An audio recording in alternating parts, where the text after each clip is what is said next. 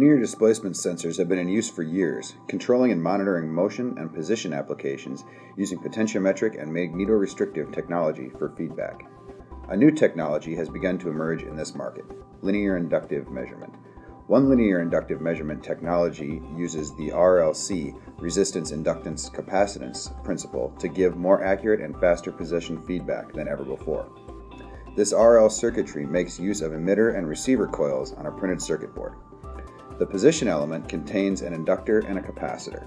First, the emitter coils are excited with a high-frequency AC field, which in turn charges the position element. The position element then resonates the charge into the receiver coils of the sensor. In simplest terms, think of the position element as a mirror that reflects energy back to the coils to indicate position. These signals are then internally processed to output the position of the target. Utilizing this inductive RLC circuit allows for faster and more accurate readings over many common output types, such as 0 to 10 volts, 4 to 20 milliamps, SSI, or IO link, as well as smaller overall packages.